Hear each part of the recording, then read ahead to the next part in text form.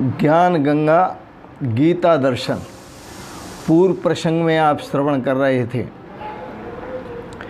भगवान श्री कृष्ण ने कहा अक्षरम ब्रह्म परमम, जो परम अविनाशी है वही ब्रह्म है। स्व, जो अपना निजी स्वरूप है वही अध्यात्म है। त्याग ही कर्म है। भगवान श्री कृष्ण इस विषय में उसके प्रश्नों का उत्तर दे रहे हैं। ब्रह्म क्या है, अध्यात्म क्या है, कर्म क्या है और अधिभूत किसे कहते हैं।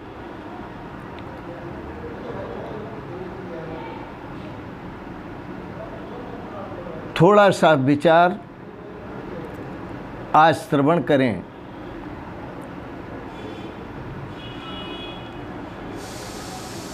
इसी संबंध में गीता दर्शन अध्याय 8 श्लोक 3-4।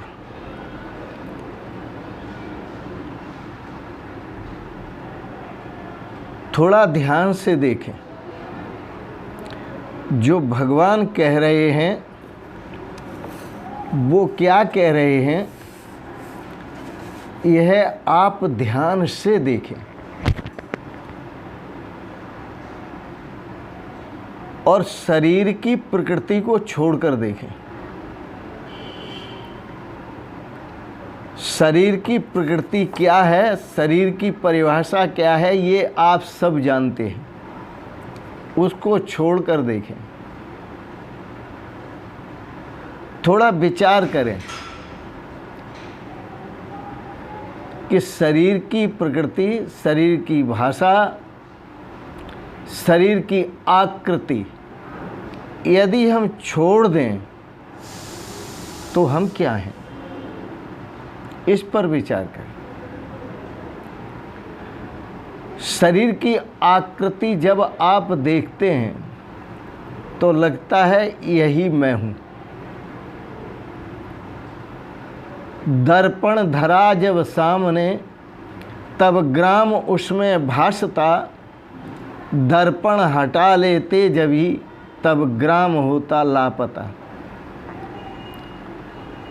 जब आप दर्पण सामने करते हैं शीशा, तो उसमें आपका चेहरा दिखता है और दर्पण हटा देते हैं तो चेहरा नहीं दिखता। तो आप कौन से हैं? दर्पण वाले आप हैं या उस चेहरे को देख रहे थे दर्पण में वो आप हैं? उधर वाले आप हैं या इधर वाले आप हैं? भेद खुल जाएगा। यह समझ आते ही भेद खुलेगा कि आपने दर्पण में जो चेहरा देखा था वह आपका नहीं था, इसलिए नहीं रहा। तो अधिभूतम क्षरो भावे, जो दिखाई दे और पहले भी दिखाई नहीं दे रहा था और बाद में भी दिखाई न दे, क्षरो भावे, वही तो क्षर है, अधिभूत है।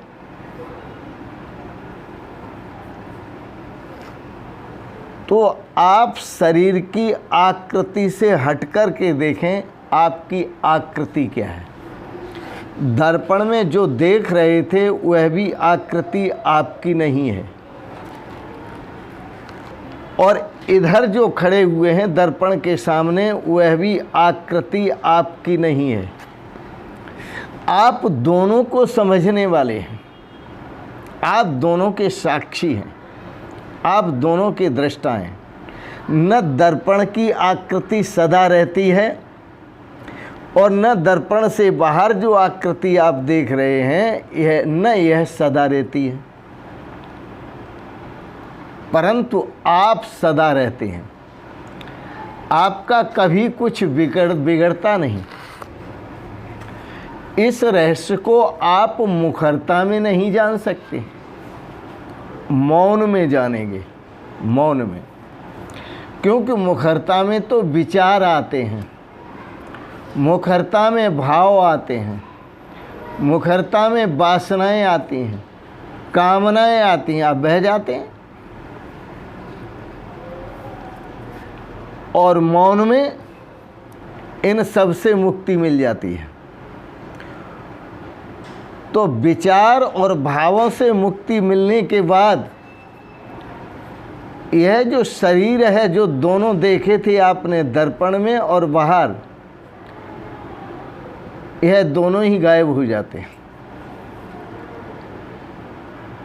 जहाँ विचार गायब हुआ, भाव गायब हुआ, तो ये भी गायब हो जाएगा। क्योंकि विचार करते हैं आप,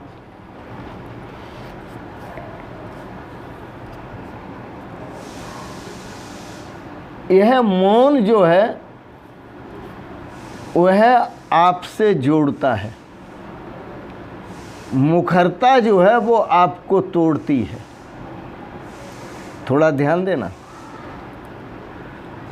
मौन आपको नज़दीक लाता है, मौन आपको पास लाता है, मौन आपको मिलाता है।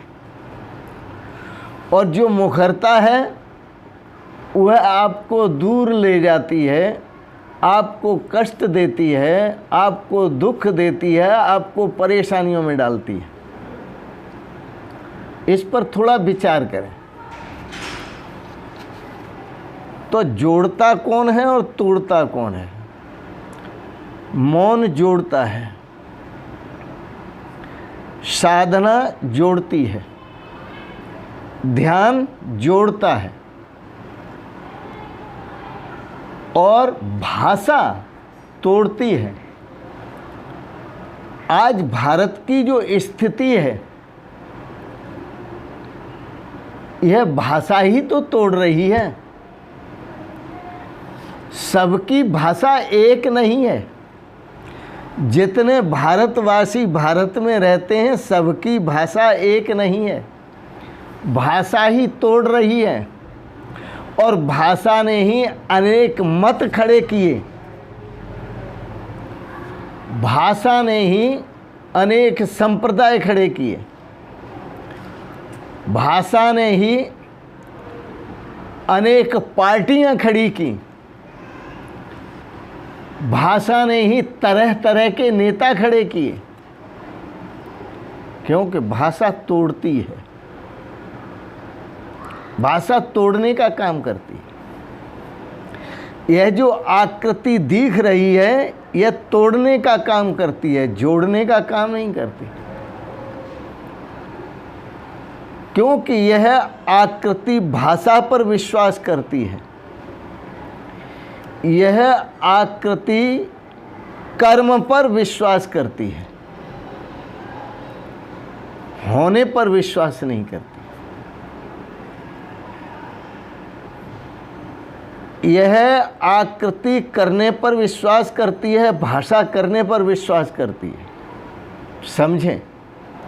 और करने से ही आपकी पहचान होती है। आप कर्म डॉक्टरी करते हैं तो लोग पहचानते हैं आप डॉक्टर हैं। आप कर्म बिजनेस करते हैं, लोग जान लेते हैं आप बिजनेसमैन हैं। आप खेती करते हैं, लोग समझ लेते हैं आप किसान हैं। आप सर्विस करते हैं, लोग समझ लेते हैं आप सर्विसमैन हैं। लेकिन जो आप हैं, ओरिजिनल जो आप हैं, उसको कोई नहीं जान पाता, उसका परिचय किसी को नहीं मिल पाता, और आप दे भी नहीं पाते। आप अपना परिचय दे भी नहीं पाते। जो भी परिचय देते हैं आप बिजनेस के आधार पर देते हैं, बिजनेस का देते हैं। नौकरी के आधार पर देते हैं, नौकरी का देते हैं। विचार करो। खेती के आधार पर देते हैं, खेती का देते हैं। वो आप नहीं है। जितना भी आप परिचय देते हैं वो आपका परिचय है नहीं। थोड़ा इस बात को समझें। जैन फकीर जैन मंदिर में एक सन्यासी पहुंच गया ठहरने के लिए। तो जैनी संत ने कहा, हमारे यहाँ पहेली का उत्तर दिया जाता है, फिर ठहरने को मिलता है। यदि आप हमारी पहेली का उत्तर दे दें तो ठहर सकते हैं, वरना ठहर नहीं सकते। चलते रहिए, जाइए। संत ने, सन्यासी ने पूछा, आपकी पहेली क्या है? जैन संत ने पूछा, what is your original face? आपका जो असली चेहरा है वो क्या है? सनातनी संत ने, सन्यासी ने जैनी संत के मुंह पर जोर से चांटा मारा। जैनी संत पीछे हट गए और कहा, आइए भगवान, ठहरिए। क्योंकि वह भी ज्ञानी थे और यह भी ज्ञानी है। अंदर ठहराते हैं। रात्रि के समय जब विश्राम करते हैं तो विश्राम करते समय जैनी संत ने पूछा, आपने मेरे प्रश्न का उत्तर क्या दिया? सनातनी सन्यासी पूछने लगा, आप मेरे उत्तर से समझे क्या? मैंने जो उत्तर दिया उससे क्या समझे? जैनी संत ने कहा, मैं ये समझा कि मैंने जो प्रश्न किया है वो नकली चेहरे से प्रश्न किया और असली चेहरे का प्रश्न किया, और तुमने चांटा मारकर ये बताया कि ये नकली चेहरे से प्रश्न मिलेगा। तो नकली चेहरे से प्रश्न करोगे तो तुम्हें नकली चेहरे से ही उत्तर मिलेगा। सामने नकली चेहरा प्रश्नवाचक होगा तो उत्तर भी नकली चेहरा उत्तरवाचक होगा। आपका जो ओरिजिनल फेस है, तो जैनी सन्यासी कहने लगे, नकली चेहरा एक तरफ हटा करके और फिर पूछो, what is your original face? आपका जो असली चेहरा है वो क्या है? जब आपका असली चेहरा सामने आएगा तो मेरा असली चेहरा भी सामने आ जाएगा। बड़ी सुंदर बात है। पर उस चेहरे को आपने त्याग दिया। क्षरो भूतम, और क्षरभूत को पकड़ लिया। जो नासवान है, सब नासवान को पकड़ते जा रहे हैं और अविनाशी को छोड़ते जा रहे हैं। यही तो कर्म है, विसर्ग कर्म संगीत है। यही तो कर्म कर रहे हैं आप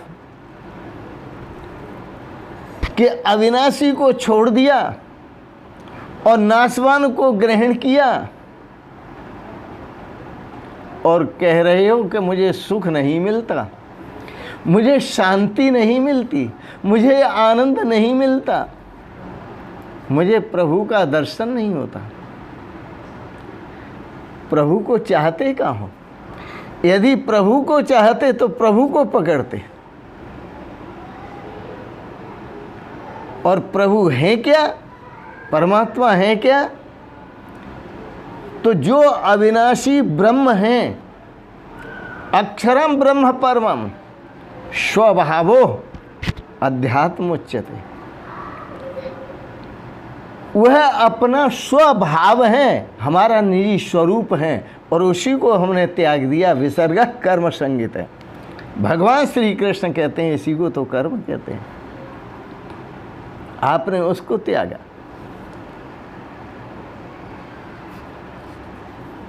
बड़ा सुंदर है, गहराई से समझें। आपकी पहचान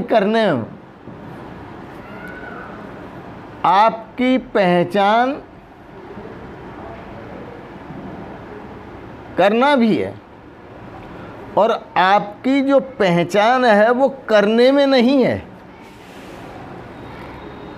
याद रखें, आपको आपकी पहचान करनी है, लेकिन आपको आपकी पहचान करने में नहीं है। आपको आपकी पहचान आपके होने में है।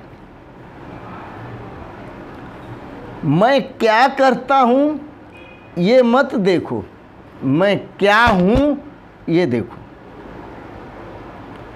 क्योंकि आपकी पहचान आपके होने में है और आप सिर्फ हैं, मैं हूं।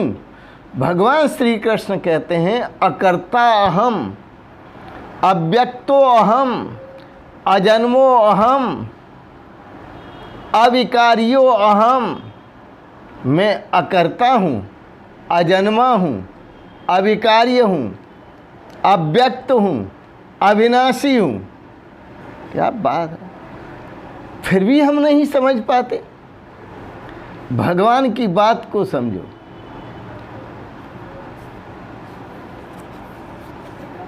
इच्छाओं से, वासनाओं से, कामनाओं से अपने को मत देखो। अपने को देखना है तो स्वयं देखो, स्वयं को, और द्वंद रहित देखो, निसंग देखो, असंग देखो। फिर आपका देखना सार्थक है, नहीं तो आपका देखना बिल्कुल निरर्थक। क्योंकि आप जो प्रीति करते हैं वो सार्थक से नहीं करते, निरर्थक से प्रीति करते हैं। निरर्थक क्या है? प्रपंच। निरर्थक क्या है? समस्त दुनिया के भोग विलास। निरर्थक क्या है? संसार के पद, पदार्थ, वस्तुएं, आवश्यकताएं। क्योंकि जिनको प्राप्त करने के लिए आप अथक परिश्रम करते हैं और प्राप्त करके भी आप रोते हैं, दुखी होते हैं, पछताते हैं। सार्थक है परमात्मा, सार्थक है अपना स्वरूप। आप परमात्मा को प्राप्त करें, आपकी प्राप्ति कभी निरर्थक नहीं होगी। आप एक नया आनंद महसूस करेंगे, एक नई शांति, एक नई ऊर्जा, एक नया सुख महसूस करेंगे। परंतु आपकी तो हैबिट है, आदत है कि आप निरर्थक को पकड़ते जा रहे हैं और सार्थक को छोड़ते जा रहे हैं, निरर्थक को खोजते जा रहे हैं और सार्थक को भुलाते जा रहे हैं। क्या बात है, यह कब तक?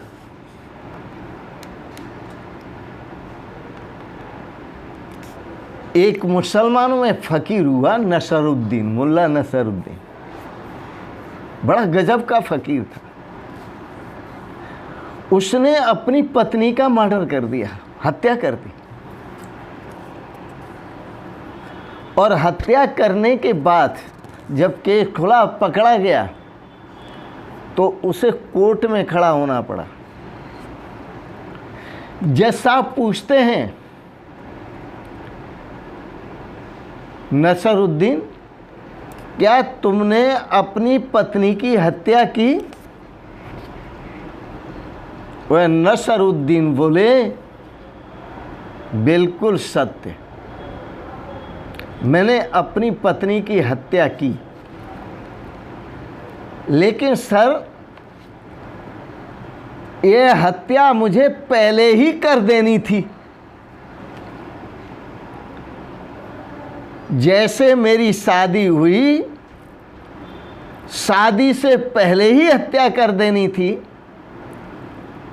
और तब नहीं कर पाया तो शादी के बाद कर देता। अब मैं बहुत लेट हो गया अपनी पत्नी की हत्या करने में। जज साहब ने पूछा, क्या कह रहे हो? बोले, हाँ सर, मैंने हत्या की। जज साहब ने कहा तुम सच बोल रहे हो।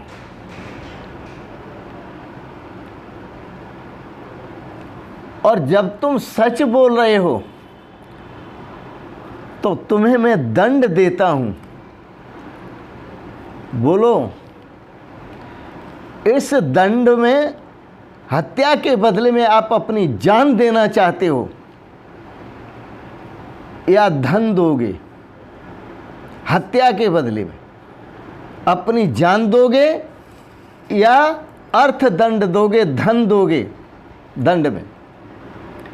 उसने कहा साहब, नसरुद्दीन ने कहा साहब धन तो नहीं दूंगा, जान दे दूंगा। जज साहब को बड़ा आश्चर्य हुआ, बोले जान, धन नहीं? बोले हाँ साहब, जान दे दूंगा लेकिन धन नहीं दूंगा। जज साहब ने पूछा क्यों, ऐसा क्यों? उस संत ने कहा चूंकि मैंने धन बहुत परिश्रम से कमाया है और बहुत कठिन परिश्रम से कमाया है। और बोले जान? अरे जान तो मुफ्त में मिली थी और मुफ्त में चली जाएगी, इसलिए मैं जान देने के लिए तैयार हूं। सोचिए, उस संत से हम भी कम नहीं हैं।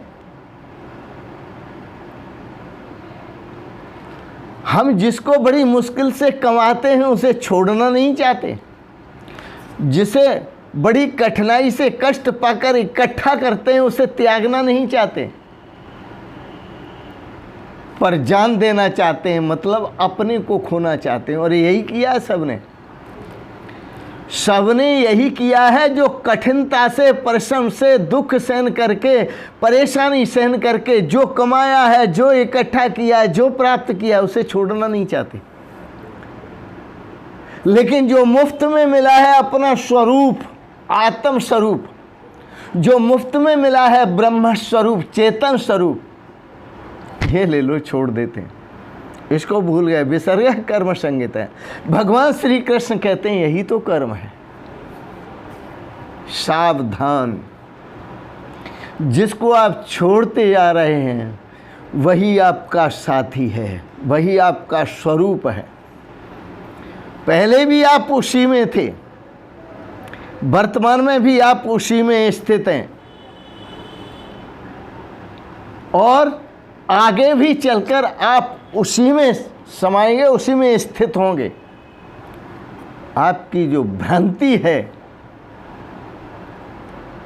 वह आपको भटका रही है। विसर्ग कर्म संगीत है। भगवान श्री कृष्ण कहते हैं आपने आत्म त्याग किया है, आपने ब्रह्म त्याग किया है, आपने परमात्मा का त्याग किया है, आपने प्रभु का त्याग किया है। विसर्ग कर्म संगीत है। यही कर्म है जो आपसे बहुत गलत हुआ है और उसी कर्म का परिणाम है कि आप लाखों कष्ट उठा रहे हैं और उन कष्टों से मुक्त नहीं हो पा रहे हैं। अब तो कराह करके, परेशान हो करके कह दीजिए प्रभु से, अरे मोहन बिन चैन परे ना, दिन कट जाए रात कटे ना। अरे मोहन बिन चैन परे ना, दिन कट जाए रात कटे ना। वो देखो, द्रौपद जब कष्टों ने घेरी, द्रौपद जब दुष्टों ने घेरी, मोहन बिन चीर बढ़े ना, दिन कट जाए रात कटे ना। मोहन बिन चैन पड़े ना, दिन कट जाए रात कटे ना। वो देखो मीरा जी को, जो जहर का प्याला राणा ने भेजा, पिटारे में सर्प भेजा, वह मीरा पुकारती हैं, जहर का प्याला राणा ने भेजा, जहर का प्याला राणा ने भेजा। अरे मोहन बिन जहर पिबे ना, दिन कट जाए रात कटे ना। अरे मोहन बिन जहर पिबे ना, दिन कट जाए रात कटे ना। मोहन बिन चैन परे ना, दिन कट जाए रात कटे ना। मोहन बिन चैन परे ना, दिन कट जाए रात कटे ना। आज इतना ही। जीवन की मस्ती लेनी है तो स्वरूप का चिंतन करो, स्वरूपस्थ हो।